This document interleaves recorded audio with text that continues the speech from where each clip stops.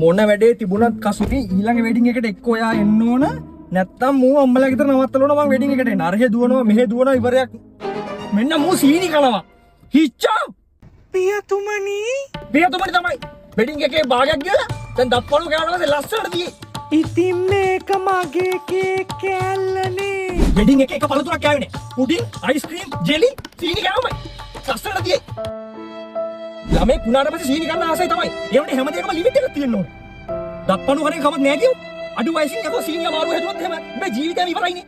මට තේරෙනවා පියතුමනි. ඔව්. උඹට හැමදාම තේරෙනවා. ටිකකින් මතකනේ. මම කියනවට සතියක් ඔය සීනි කණේ අඩු කරලා ඉඳපන්. ඉතින් ටික දවසක් ගියාට පස්සේ සීනි ආසාව නැති වෙනවා. දැන් බලපන් මම සීනි කනවද? පියතුමා සීනි කන්නේම නැද්ද? අන්තිම අවුරුද්දට එක සීනි බිඳක් මම කටේ තියලා නැහැ. අඩු ගානේ උදේ තේකටවත් මම සීනි දාන්නේ. එතකොට සිංජරුවක් කන්නේ නෑ. එයාන මාරයි. මෞතුමිය හදන බටර් කේක්කොත් කන්නේ නෑ.